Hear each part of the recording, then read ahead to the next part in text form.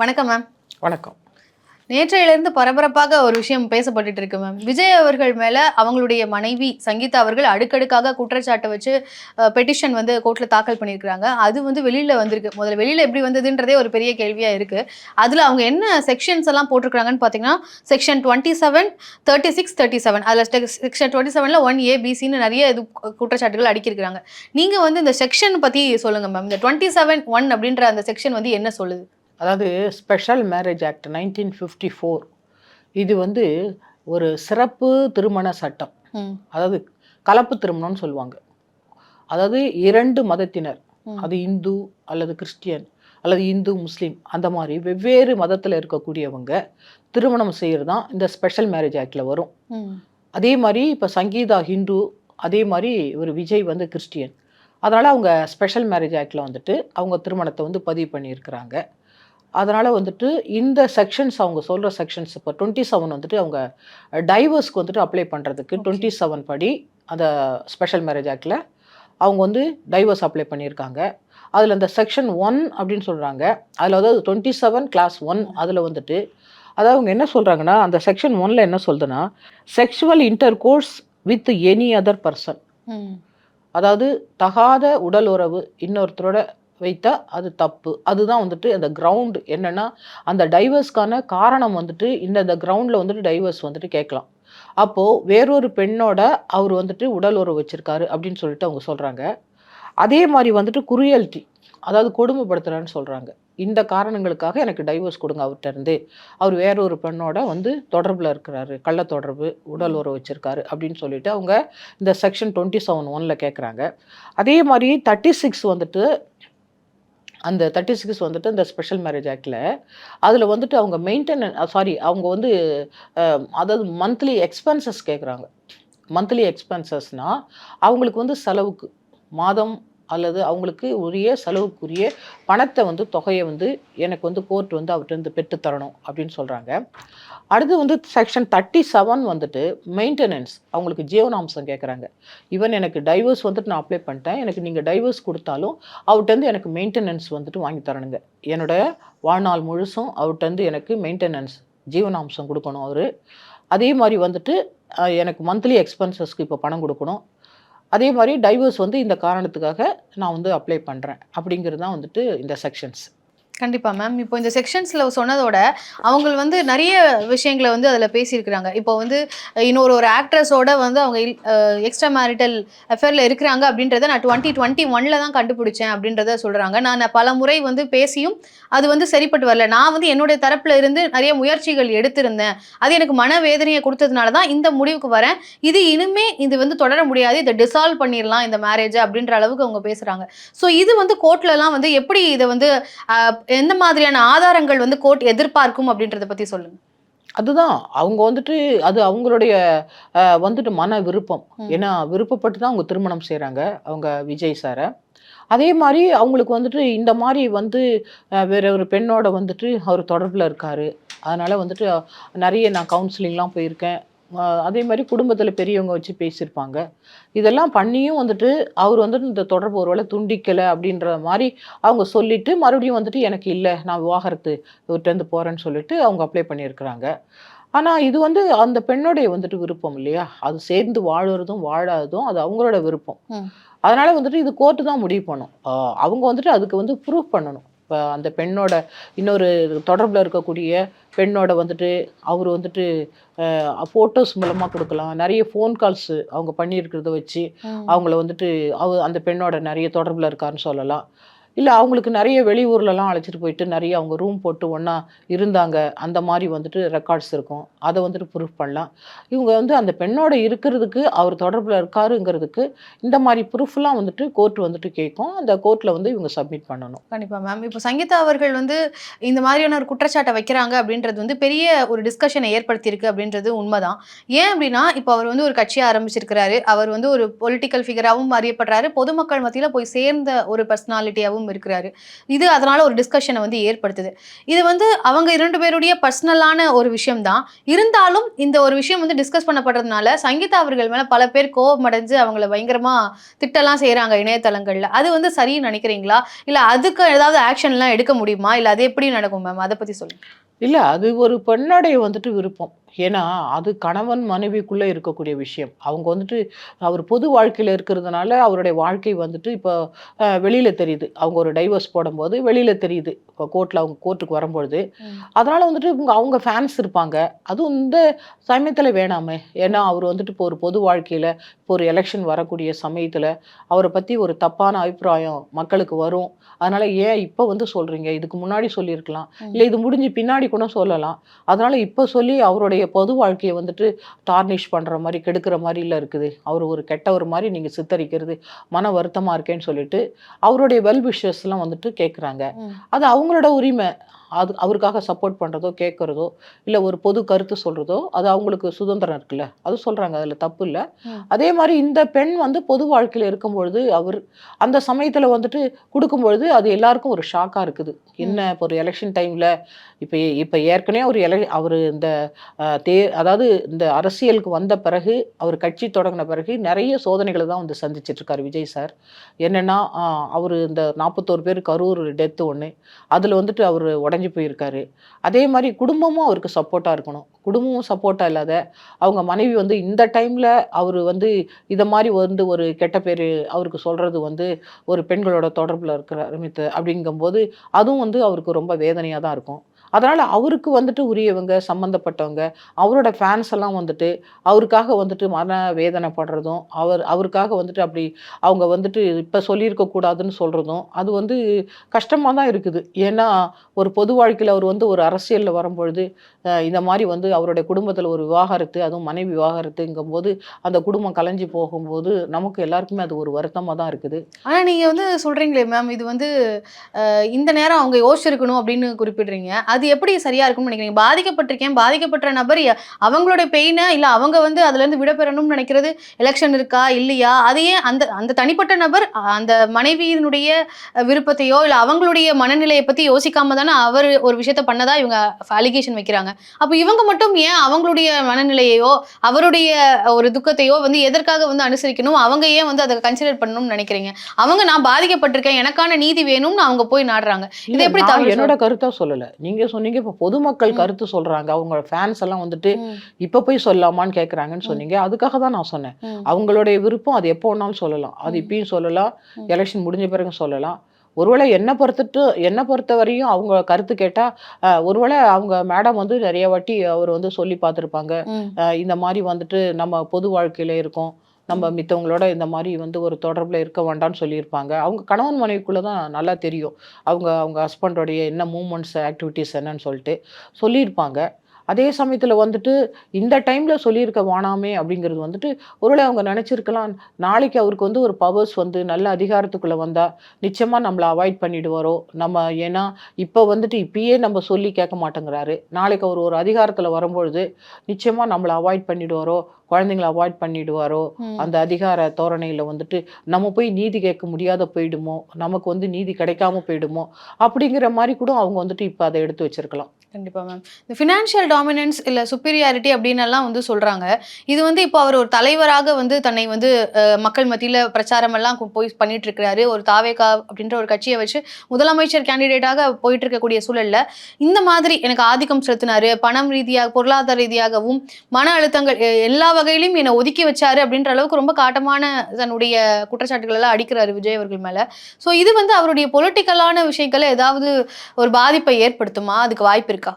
இல்ல. அதாவது பொலிட்டிக்கலா வந்துட்டு மக்கள் என்ன ஃபீல் பண்றாங்கன்னு சொல்லிட்டு மக்களுக்கு தான் தெரியும். ம், ம், இது அவரோட சொந்த வாழ்க்கை. ம், அதே மாரி மேடம் சங்கீதா வந்துட்டு ஒரே வீட்ல தான் குடியிருக்காங்க. இப்ப ம், அவரு விஜய் சார் வீட்ல தான் இருக்காங்க.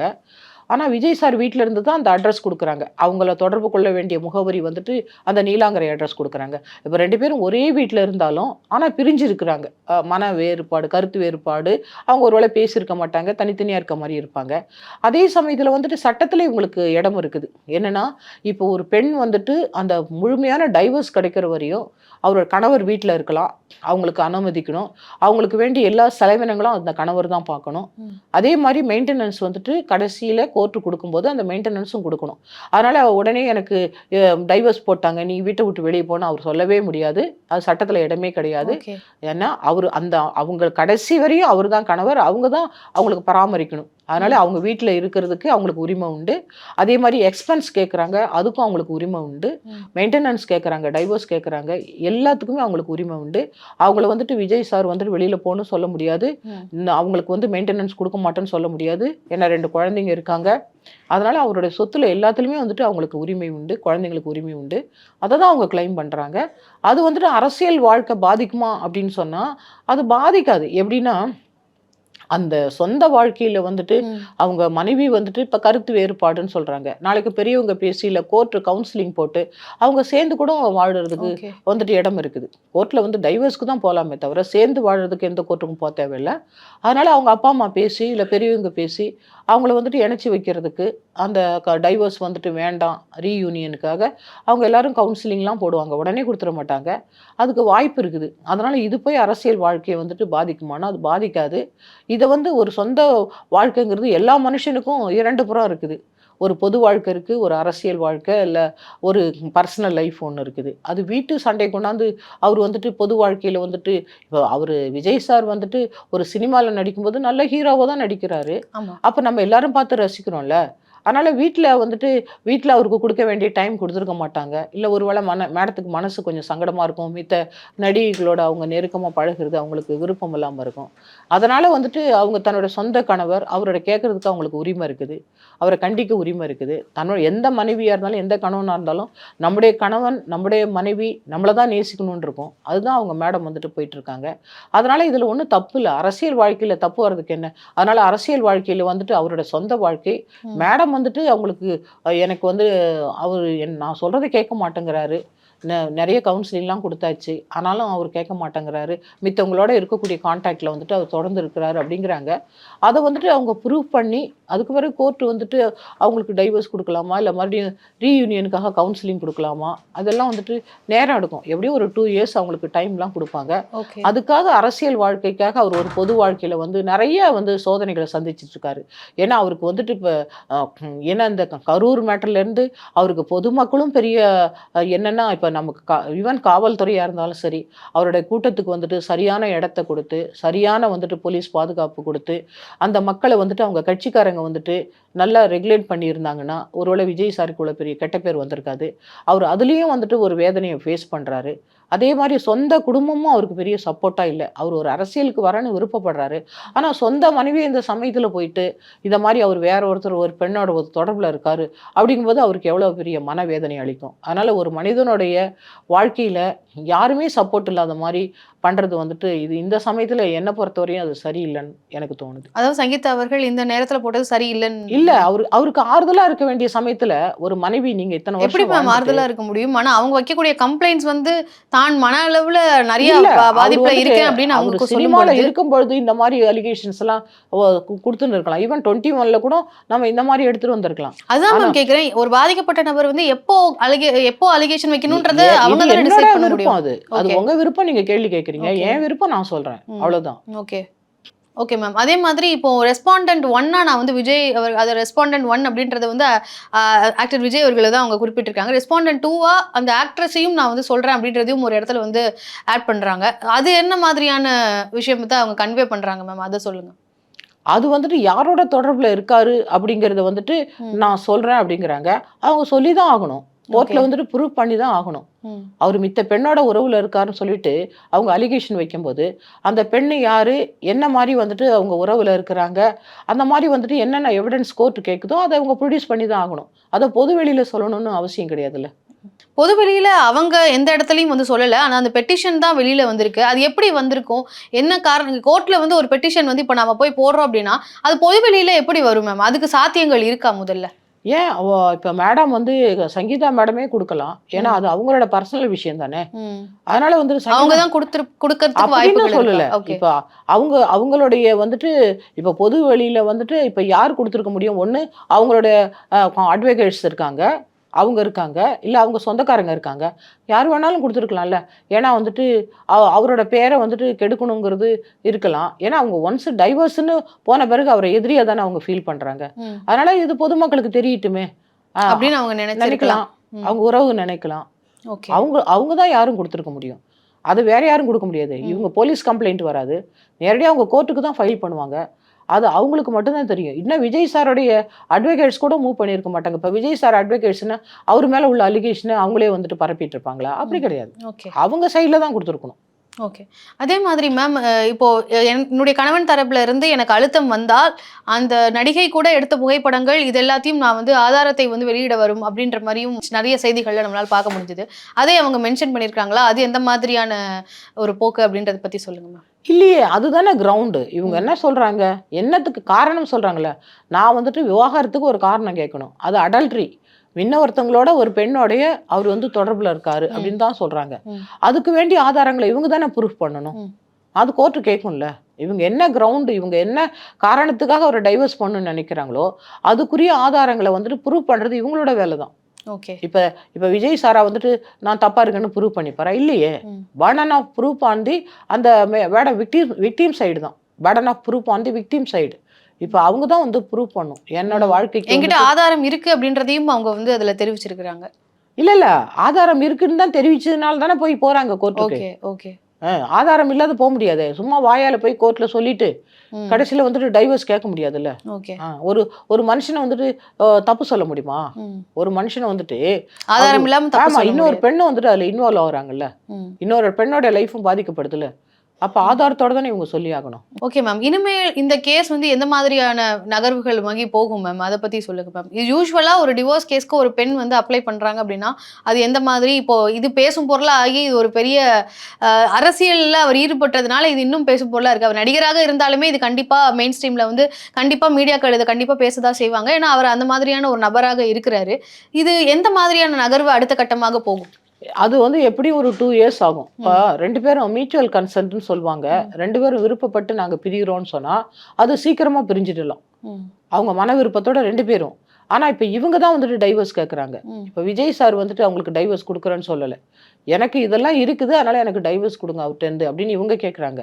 இவங்க வந்துட்டு ப்ரூவ் பண்ணுவாங்க. இல்ல கவுன்சிலிங்க்கு குடுப்பாங்க. டைம் குடுப்பாங்க. இல்ல 2 பேரும் வந்துட்டு அந்த டைமிங்ஸ் வந்துட்டு குடுக்கும்பொழுது நெறைய மனம் ஒத்து சேர்ந்து வாழ்றதுக்கு பெரியவங்கலாம் வந்துட்டு பேசி அவங்கள சேர்த்து வைக்கிறதுக்கு வந்துட்டு அவங்களுக்கு ஒரு நேரம் எடுக்கும். அதனால உடனடியா குடுக்க மாட்டாங்க. இப்போ நீங்க நம்ம வந்து இதுக்கு முன்னாடி நம்மளுமே நிறைய இன்டர்வியூஸ் வந்து பண்ணியிருக்கிறோம் மேம். நீங்க மாதம்பட்டி ரங்கராஜ் கேஸ்ல வந்து நம்ம வந்து டிஸ்கஸ் பண்ணப்போ, நீங்க மாதம்பட்டி ரங்கராஜ் அவர்கள் பண்ணது தவறு தான். அவர தான் நீங்க வந்து ரொம்ப கடுமையா வந்து விமர்சனம் பண்ணியிருந்தீங்க. ஆனா இந்த இடத்துல வந்து விஜய் சார் அவர் மேல தப்பு இருக்காது. அப்படி அந்த மாதிரி தப்பு இருக்காதுன்னா, நீங்க வந்து அவருக்கு இது ஒரு மனவேதனையா இருக்கும் அப்படின்னு அவருடைய கன்சர்னிங்காவே நீங்க பேசுறீங்களே என்ன காரணம்? மாதம்பட்டி ரங்கராஜ் வந்துட்டு அவங்க திருமண ஃபோட்டோஸ்லாம் வெளியில விட்டாங்க. அவங்களோட வாழ்ந்திருக்காங்க. அதே மாரி அவருடைய திங்ஸ் எல்லாம் வந்துட்டு அவங்க வீட்ல இருந்திருக்கு. ஜாய் கிறிஸ்டில வீட்ல. அதே மாரி ஆதாரமா வந்துட்டு அவங்க பிரெக்னன்ட் ஆயிட்டாங்க. அதனால இவருக்கு மாதம்பட்டிக்கு உள்ள குழந்தை தான் அப்படின்னு சொல்றாங்க. அதனால வந்துட்டு இங்க வந்துட்டு ப்ரூவ்டு ஆல்ரெடி எல்லாமே மாதம்பட்டியோட அவர் சேர்ந்து இருக்கிறது, ஃபோட்டோஸ் எல்லாமே அவங்க பப்ளிக்கா வெளியில விட்டுட்டாங்க. இதுல எதுவுமே வெளியில அவங்க விடவே இல்ல. ஆனா இவங்க வந்து நாங்க நாகரிகம் கருதி வெளியில விடாம இருக்கேன்னு சொல்றாங்க. ஆனா தன்கிட்ட அது இருக்குன்றத நம்ம அவங்க பார்க்கவே பாதிக்கப்பட்டதா இல்லைல்ல. சொல்றாங்க நம்ம இல்லையா? பார்க்கவே இல்லைல்ல. ஓகே. இவர் தப்பு செய்துட்டாருன்னு மாதம்பட்டி ரங்கராஜ அவங்க ஜாய் கிருஷில அவரோட இருக்கக்கூடிய திருமண ஃபோட்டோல இருந்து எல்லாமே காமிக்கிறாங்க. 2 பேரும் மாலை போட்ட ஃபோட்டோ, பிரெக்னென்ட்டா இருக்கிறது, அவர் வீட்ல வாழ்ந்து அவரோட பரிசு பொருள்லாம் அங்க இருக்கிறது. 2 இயர்ஸா என்ட்ட தான் இருந்தாரு அப்படிங்கிறதெல்லாம் அவங்க ப்ரூவ் பண்றாங்க. அதனால வந்துட்டு மாதம்பட்டி ரங்கராஜ் வந்துட்டு அவங்களோட தொடர்புல இருக்காரு. அந்த தொடர்புல இருக்கிறது கள்ள தொடர்புல வந்துட்டு தப்பு. ஃபர்ஸ்ட் ஒய்ஃப் இருக்கும்போது 2வது திருமணம் செய்யக்கூடாதுன்னு நம்ம சொல்றோம். ஆனா இவருக்கு ஒரு ப்ரூஃபும் காமிக்கலையே அவங்க. டைவர்ஸ் தானே அப்ளை பண்ணியிருக்கிறாங்க. அந்த பெண்ணோட பேரு கூட தேவைப்பட்டா நான் சொல்றேன் வெளியிலன்றாங்க. அவங்க அது கோர்ட்ல ப்ரொடியூஸ் பண்ணுவாங்க. சோ அதனால நம்ம வந்து இந்த இடத்துல விஜய் அவர்களை ஃபுல்லா ப்ளேம் பண்ணக்கூடாதுன்னு நீங்க நினைக்கிறீங்க? ப்ளேம் பண்றது இல்லையா? குற்றவாளி இல்லையா அவரு? குற்றம் சாட்டப்பட்டவர் தானே. அவரு.